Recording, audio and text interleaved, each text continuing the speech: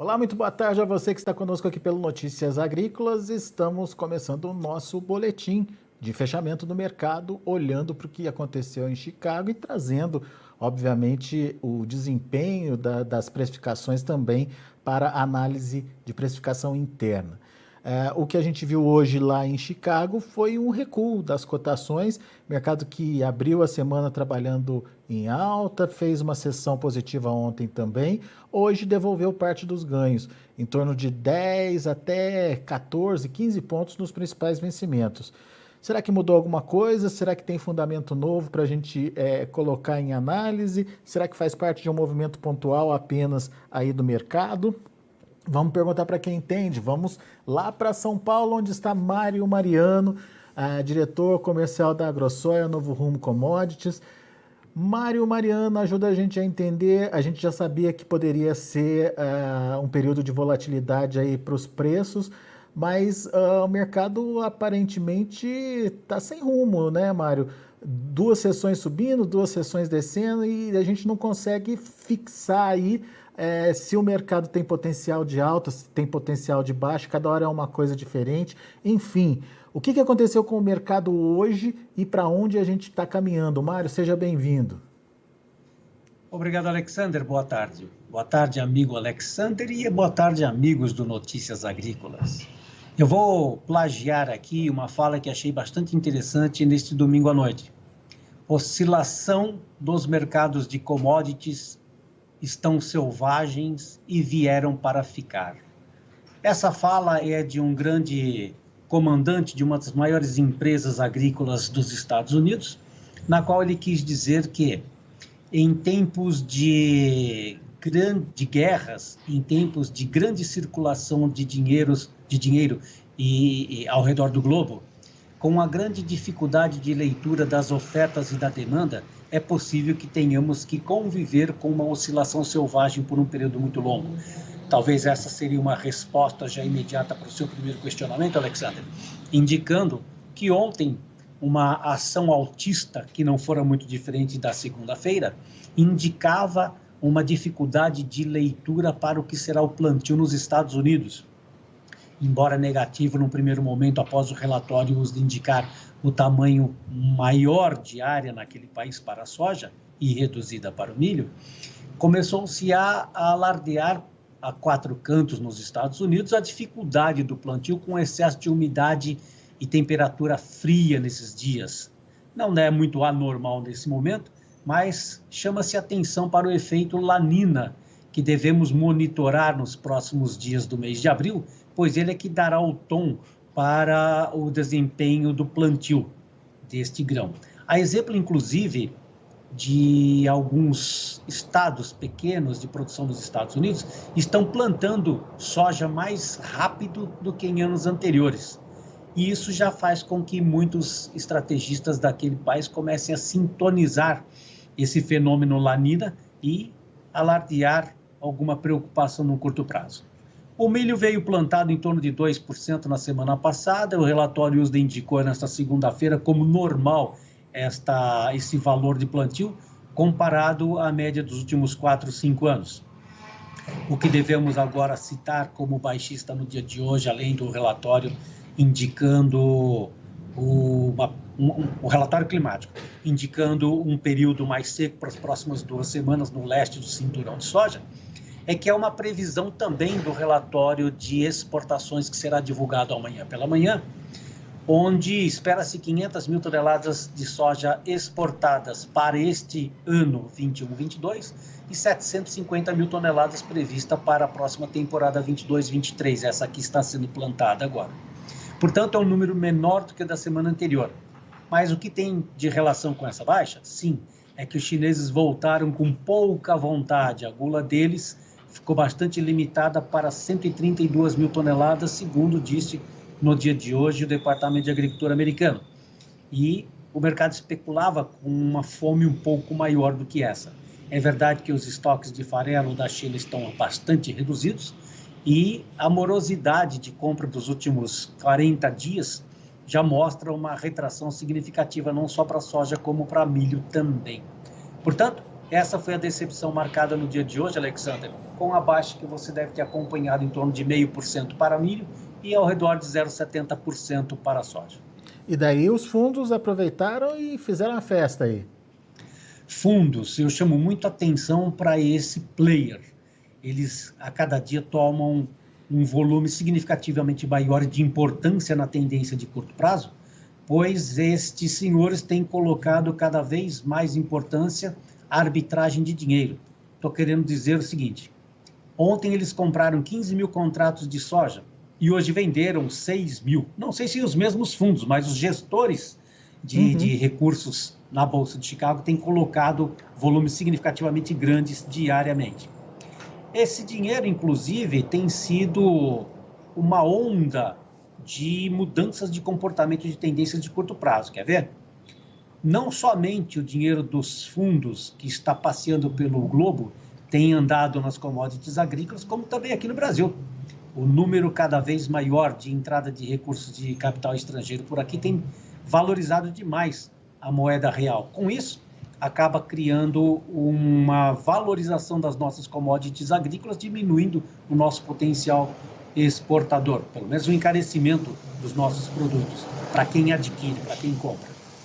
O volume de recursos desses fundos também tem sido presente cada vez mais na arbitragem de outros produtos, no caso, mercados de energia. Pode ver que petróleo tem dia que sobe 5%, que foi o caso de ontem, e hoje está com 4,6% de baixa. Então, em termos de volatilidade, os mercados de dinheiros com gestores de fundos têm reinado diariamente, o que é impossível fazer qualquer análise de curto prazo que possa dar uma tendência assertiva para grãos ou mercados de energia, Alexandre. Muito bem. Clima nos Estados Unidos, demanda morosa por parte da China, fundos aí, enfim, atuando também, trazendo, portanto, essa volatilidade aí para o mercado, em especial essa queda hoje justificada em Chicago. Agora, você citou essa questão da força do real, tirando força da exportação. Qual que é a consequência disso para o produtor brasileiro, que além dessa volatilidade em Chicago, tem perdido também em função do dólar, né, dessa força do real que você citou, e não está vendo muita variação nos prêmios mais, né, Mário? Pois é exatamente isso que está acontecendo agora. Então, se houve uma valorização da moeda real, e até vou dar um dado bastante interessante aqui, hein? O real, ele teve uma valorização em 2022, comparado a uma cesta de moedas de 33 países, da ordem de 20,5%. Nós iniciamos o ano ao redor de R$ 5,65, R$ 5,66 para cada dólar, e hoje em torno de R$ 4,70, R$ 4,71. Então, performando uma valorização de 20,5%. Essa mesma comparação de valorização este ano da moeda brasileira, entre 2020 e 2021, o Brasil teve uma desvalorização da ordem de 40%. Onde eu quero chegar com essa informação, Alexandre, que é relacionado ao seu questionamento. O produtor que viu o desempenho do seu ativo em alta no mercado internacional e com uma demanda aquecida para o produto brasileiro, é porque nós tínhamos uma desvalorização da nossa moeda que traria e trouxe uma competitividade muito maior diante do mercado global com outros parceiros. No caso, exemplo, né, contra os Estados Unidos, grande produtor, assim como a Argentina e países da Europa. Então, nossa procura por grãos aumentou significativamente. O prêmio, ele era o sinalizador de demanda aquecido do mercado internacional, que por outras variantes acabou colocando os preços para cima. Hoje está acontecendo exatamente o contrário. Com essa valorização de 20% da moeda brasileira, nós perdemos parte da competitividade de vendas, ou seja, encareceu o nosso produto. Então, os compradores diminuem a compra de produto brasileiro e, imediatamente, o mesmo sinalizador outrora de alta através dos prêmios da exportação, hoje está sendo sinalizado novamente com um desaquecimento de demanda para o produto brasileiro. Então, a resposta significa assim, há dias atrás, um produtor comentou assim, mas Mariano, nunca o dólar vai andar do mesmo lado da Bolsa de Chicago? Pois é, não vai. E é uma uma verdade que diz assim: quando há uma valorização dos nossos ativos na Bolsa de Chicago, é que vai entrar mais dólares no país. Imediatamente, há mais vendedores de dólares aqui no país. E do lado oposto também é verdadeiro. Então, para uma resposta à sua questão inicial, é que essa mudança de alta nos preços na Bolsa de Chicago, com uma competitividade maior, segundo a desvalorização do dólar americano, acabou aumentando a demanda por aquele país. Por outro lado, tiramos a competição do produto brasileiro. Então, em termos de moeda, ela tem sido imediatamente verdadeira, o lado oposto da tendência de preços na Bolsa de Chicago, Alexandre. Isso na prática significa o que para o produtor, Mário? Ele vai ter mais dificuldade de negociar o produto dele? A soja dele, principalmente essa que está na mão dele ainda? É necessário que respondamos com algumas particularidades, viu, Alexandre? Vamos lá, vamos tentar. Sul do país, excessivamente negativamente o clima e trouxe uma redução das safras. Então, Paraná, Rio Grande do Sul, Santa Catarina, Mato Grosso do Sul, acabou tendo o efeito climático e tirou sua produção. Esta região provavelmente não terá mercadoria suficiente para atender a produção local, a demanda local e a exportação ao mesmo tempo. Do lado do Mato Pibá, do lado do centro-oeste, nós temos produções de maior escala, não tivemos problemas com o clima seco, mas exemplo do Mato Grosso, tempo bastante úmido. Vou até citar um exemplo aqui, que na semana passada, quando eu estive viajando por Diamantino, Campo Novo do Parecis, Tangará da Serra, alguns produtores comentaram que o rendimento divulgado por algumas instituições daqueles estados, indicando números bastante elevados, mas algumas realidades estão à tona. Um deles havia vendido apenas 40% da sua safra antecipadamente, um produtor de 110 mil sacas de soja.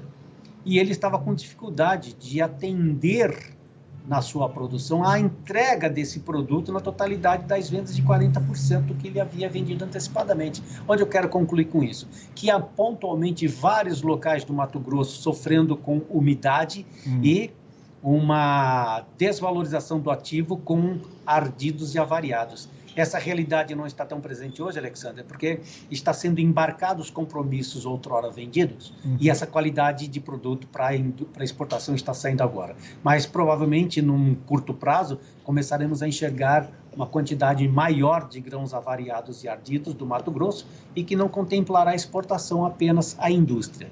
Então, estou tentando dizer para você que na região sul do país houve uma redução de safra por conta do clima. Da região do Mato Grosso, um efeito climático extremamente úmido, também tirando produtividade. Por outro lado, nós vamos encontrar um mercado de exportação não tão aquecido, mas muito provavelmente ainda com alguns volumes a serem adquiridos para o segundo semestre, com uma indicação nos prêmios da exportação bastante reduzidos ou retraídos. Momento para se pensar o que fazer no segundo momento. Qual é esse momento? É quando tiver já a instalação desse milho que está sendo plantado agora da segunda safra. Brasil, nesse momento, representa 40% da oferta global desta segunda safra e provavelmente vamos encontrar alguma mudança de comportamento. Talvez essa mudança de comportamento devido à guerra da Ucrânia e Rússia, ou Rússia-Ucrânia, traga um novo player vendedor para ofertar milho ao mercado internacional, originado aqui no Brasil, mesmo com essa redução de produção, pois os preços estão subindo. Estados Unidos vem vendendo recentemente até um volume bom, 1.070.000 toneladas para a China, sendo parte dela 600 e poucas mil toneladas desta safra e 470 aproximadamente já para o próximo ciclo, o que quer dizer uma demanda um pouco mais aquecida, mesmo com um produto brasileiro mais caro. Isso, portanto, vai fazer com que no segundo momento do período de produção brasileiro, tenhamos divergências de tendências, tanto para a demanda de soja quanto para a demanda do milho, ou os dois ao mesmo tempo, mas vai ser novamente uma onda uma onda difícil de pegar para visibilidade de tendências, pois temos hoje uma construção de dólar, uma construção de prêmios e outra construção na Bolsa de Chicago, mas se não tiver os grãos com qualidade adequada, isso tudo será desconstruído e o mercado interno é que será o demandador dos estoques de passagem brasileiro, Alexandre. Pois é, isso, eu queria concentrar a nossa conversa agora, então, nessa questão dessa sobra de grãos de menor qualidade. Tecnicamente, seria um produto utilizável pelas indústrias, principalmente pelas transformadoras aí, dessa soja em biocombustível, por exemplo, Mário. Afirmativo. No entanto, me parece que essa demanda está mais restrita esse ano. Afirmativo. Nós lamentamos muito no passado recente, por volta de, no primeiro momento em setembro, agosto, setembro, e no final de 2021, a retração e a redução do governo diminuindo de 14%, 13% para 10% da mistura de biodiesel no óleo diesel para reduzir o preço nas bombas. Esse efeito, ele acaba criando, na minha avaliação, efeito negativo de preços ao produtor. Vamos lá. O produtor que hoje não conseguiu e não conseguirá manter os grãos avariados para o segundo semestre, ele é obrigado a usar unicamente o canal comercial industrial. A indústria, por sua vez, ela vai conseguir colocar a ração no mercado interno, talvez para consumo animal e parte da exportação, porém o óleo, com a acidez elevada que ocorrerá por conta dos grãos avariados, será destinado exclusivamente para o biodiesel. Mas com essa limitação de 10%, a demanda do biodiesel acaba ficando limitada, né? E essa limitação impede com que as indústrias paguem preços maiores. Isso, na minha avaliação, tende a criar oferta maior para a indústria dos grãos avariados e menor para a exportação, criando um desequilíbrio regional para a produção que sofreu mais com umidade. Desta forma, eu penso que temos um mercado que, mesmo tendo um prêmio maior na exportação, não contemplará o produtor na sua totalidade de demanda para uma exportação dos preços da indústria. Então, vamos encontrar ao longo de um período do segundo semestre, Alexandre, onde a exportação terá preços bastante voláteis para as regiões mais próximas dos portos e menor volatilidade nas regiões industriais, mas sempre com uma tendência de compra para um produto destinado ao mercado interno. Se não ficou claro, eu vejo como um mercado de baixa no curto prazo, como baixa no médio prazo, desde que esta mercadoria esteja próxima das indústrias e longe dos portos. Essa é a minha avaliação de momento. Muito bem. Agora vamos então para aquela segunda parte da sua colocação da visibilidade que talvez o milho brasileiro possa ganhar diante dessa necessidade internacional aí, de compra. Uma coisa compensaria a outra, na sua opinião, Mário? O milho... Uma coisa compensaria a outra, na sua opinião? O que o milho ganharia de destaque poderia, de repente, cobrir um possível prejuízo? Não sei se prejuízo é a palavra, mas um possível desfalque aí trazido pela soja? Então, vamos lá. Parte da sua pergunta eu não entendi direito, pois houve uma falha, mas eu entendi parcialmente e vou tentar responder com o que entendi. O mercado de milho, até pouco tempo atrás, devido a essa perda da produção sulista, encontrou um espaço apenas para o consumo interno. Então, os preços subiram demasiadamente. E agora, com essa questão cambial, ele acabou tendo o mercado exportador como um mercado mais distante. Entretanto, esse distanciamento começa a se encurtar a partir do momento em que já há um período muito longo de guerra entre Ucrânia e a Rússia, Rússia e Ucrânia, e esses dois países são grandes ofertantes de grãos como cevada, sorgo, trigo e milho principalmente. Os países que dependem do trigo e milho da Ucrânia e da Rússia e provavelmente terão déficits de ofertas desses dois países, até porque já fora divulgado que será reduzido em torno de 50% ou 55% dos grãos desses dois países, por conta da guerra, sem tempo para o plantio, fará com que os compradores comecem a criar alguma defesa onde será proibido a exportação de alguns grãos e até mesmo aumentar a sua demanda ou controlar os estoques internos, sobretudo trigo e milho. Com isso, os preços começam a ficar mais aquecidos e coloca o possível milho brasileiro, que já está caro pela sua oferta restrita com produção diminuída, já no cenário internacional. Eu até dar um exemplo aqui para você muito recente. Semana passada, os preços de milho para a região de Diamantino, Mutum, que é a região do Médio Norte, era ao redor de R$ 64, R$ 65 reais, com entrega no mês de junho e julho, mês 6 e mês 7, que é o período de colheita da safra do milho naquela região. Ontem e hoje, esses preços já se aproximaram de R$ 68 a R$ 69 reais, com entrega nesse mesmo período, e até R$ 70 reais com entregas nos meses de agosto. Onde eu quero concluir com essa alta de preços é que já é o exportador ativo buscando produto para saída pelo Arco Norte. Possivelmente, esse efeito de preços maiores já estará contemplando a safra brasileira para exportação, outrora negociada com países que não terão condições de entrega efetiva. Portanto, eu já vejo uma demanda de exportadores para a segunda safra de milho mato-grossense, numa anormalidade de preços maiores do que temos visto nos últimos 15, 20 dias, Alexander. Portanto, eu coloco o milho brasileiro como provável novo player de produto para ocupar esse espaço vazio que a Rússia e a Ucrânia deixará com a oferta de alguns grãos. A ponto de compensar uma perda da soja? Ou daí já é pedir demais?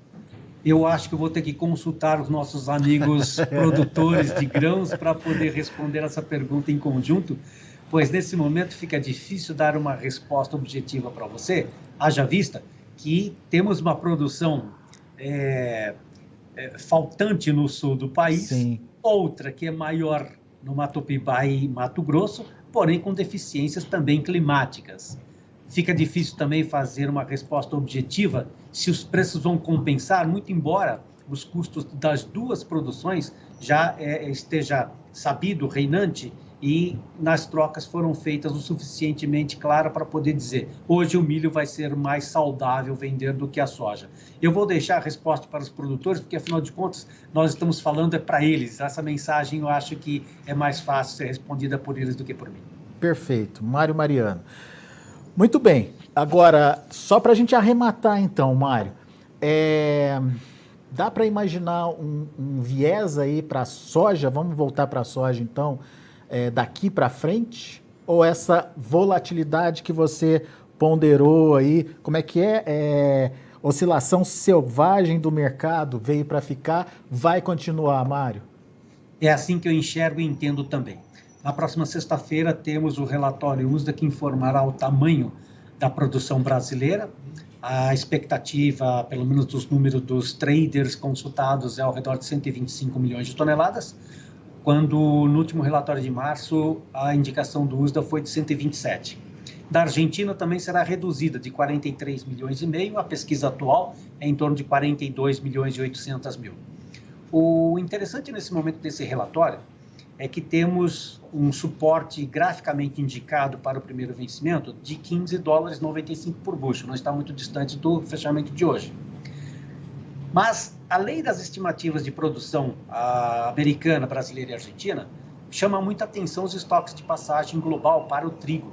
Então, no mês de março, a indicação era de um estoque de passagem de 90 milhões de toneladas. A previsão agora, segundo os traders de mercado que foram consultados, é de 88,8 milhões de toneladas. Na nossa conversa recente, há momentos atrás, eu comentei que o mais importante hoje é enxergar que a produção da Rússia e da Ucrânia é pequena segundo o seu plantio futuro. Com a redução dos estoques globais, está tipicamente claro que o mercado de milho e trigo é que deverão ter oscilações bem mais agressivas com esse resultado do relatório da próxima sexta-feira, o que fará com que o mercado de farelo e soja-grão acabe pegando um caminho idêntico e vá pegar um vácuo nessa tendência de oscilações de trigo e milho. Na expectativa de relatórios e também das estimativas de produção, eu chamo muita atenção para algo que está acontecendo no mundo, Alexander. Eu ia falar Brasil, mas além do Brasil, no mundo, a estimativa de inflação hoje nos Estados Unidos é a pior em 4 décadas. A conclusão dessa informação é a volatilidade selvagem que veio para ficar também nos mercados de taxa de juros e também nos mercados de commodities. A minha conclusão sobre esse ponto de vista é: o mercado, depois do relatório da sexta-feira, mesmo tendo uma volatilidade de alta ou de baixa, nós temos que enxergar novamente os players que estão com dinheiro no bolso para fazer a precificação das suas moedas nas commodities agrícolas, nas commodities de energia e, sobretudo, nos mercados de taxas de juros. Então, aqui no Brasil, vamos também continuar sendo visto como um país próspero, com uma economia melhorando a cada dia e podendo, sobretudo, receber esse capital. Se isso acontecer, vamos continuar com nossos ativos de exportação desvalorizados, pelo menos caro nesse momento. E se for por outro lado, que essa moeda faça uma correção, e eu acho que já é necessário que ocorra, para patamares em torno de 4,90, 4,87, onde poderá trazer um pouco mais de competitividade para os nossos ativos para um curto prazo, podendo precificar melhor a nossa soja e o nosso milho, Alexander. Muito bem. Ô Mário, então dá para concluir o seguinte: real fortalecido tira produto de exportação, esse produto de exportação vem para o mercado interno, só que daí a gente tem o problema da inflação corroendo aí a capacidade de compra desse produto e daí tem um imbróglio danado aí pela frente, então, Mário. Pois na verdade o que eu quis dizer foi exatamente isso. Então veja, quando nós temos uma inflação pior nas últimas 4 décadas nos Estados Unidos, eles também estão perdendo poder de aquisição, né? Então, imediatamente todos os ativos da agricultura serão melhor precificados se for para exportação. Como não tem uma exportação aquecida no momento por conta da ausência dos chineses, então não há uma tendência de alta tão significativa no curto prazo, mesmo com um relatório USDA indicando menor produção e o estoque de passagem reduzido para trigo. Para o Brasil não é diferente, nós temos ainda uma inflação corroendo os salários, né, do trabalhador brasileiro, que no final de contas, até vou fazer uma brincadeirinha com você, vamos lá. Essa brincadeirinha eu fiz com alguns amigos no Mato Grosso recentemente. Qual foi o valor que você pagou por uma dúzia de ovos na última ida ao supermercado? Bom, eu vou antecipar a minha, tá? A minha senhora esteve no mercado recentemente e pagou ao redor de R$10 uma cartelinha de ovos, uma dúzia. Essa cartelinha de R$10, Alexander, ela acaba ficando cara para aquele que tem uma limitação do seu salário. Também fica limitado este consumidor pagar ao redor de R$9,50 ou R$10 um litro de óleo de soja, assim como outros como outros produtos de consumo, como suíno, como a ave, como bovino. Então, eu penso que o momento atual, se não for uma desvalorização do real, que neste momento está muito caro para as exportações, a tendência desta sobra ou desse volume de produto, no caso milho, soja e o trigo que venha para o consumidor na mesa do trabalhador, continua sendo caro para ele. Então, a oferta fica maior para o mercado interno e os preços começam a ser desaquecidos por conta da falta de consumidor em volume. Então, se não ficou claro, eu vou tentar transparecer para você assim. Europa, Estados Unidos e Brasil, sobretudo da América do Sul, o maior consumidor, está perdendo com perdendo com a desvalorização inflacionária devido a esse aumento de preço desenfreado. É isso que eu quis dizer em relação à inflação a nível global, Alexandre. Muito bom. Mário Mariano, muito obrigado, meu amigo, mais uma vez pela sua participação conosco aqui no Notícias Agrícolas. O Mário sempre trazendo aquela pitadinha a mais aí de informação para a gente poder parar, pensar, analisar e, obviamente, tomar as decisões aí para o que vem pela frente. A gente agradece muito a sua disponibilidade, viu, Mário? Volte sempre. Tomara eu tenha concatenado com transparência aquilo que eu entendo como sendo importante para o produtor tomar uma decisão nesse momento sobre a avaliação do seu ativo, ou estocando ou fazendo vendas. Até um próximo encontro, foi bom estar com vocês. Até breve. Valeu, abraço, Mário. Tá aí, Mário Mariano aqui com a gente, trazendo informações do mercado, trazendo possibilidades que podem tornar esse mercado um pouco mais complicado do que a gente previa. Vamos aos preços, vamos ver como estão as negociações lá na Bolsa em Chicago, finalizando o dia com maio trabalhando a $16,19 por bushel, perdendo 11,5 pontos. Julho, 16,3, perdendo 10,5. Agosto, $15,63, perdendo 12 pontos. E o setembro, $14,86 por bushel, perdendo 14,5 pontos. Isso a soja. Vamos ver o milho. Milho para maio, $7,56 por bushel, 3 pontos mais 25 de queda. Para julho, $7,47 por bushel, perdendo 1 ponto mais 25. Para setembro, $7,15 por bushel, perdendo 1 ponto mais 75. E o dezembro, $7,04 por bushel, queda de 1 ponto mais 75 também. E para finalizar, o trigo.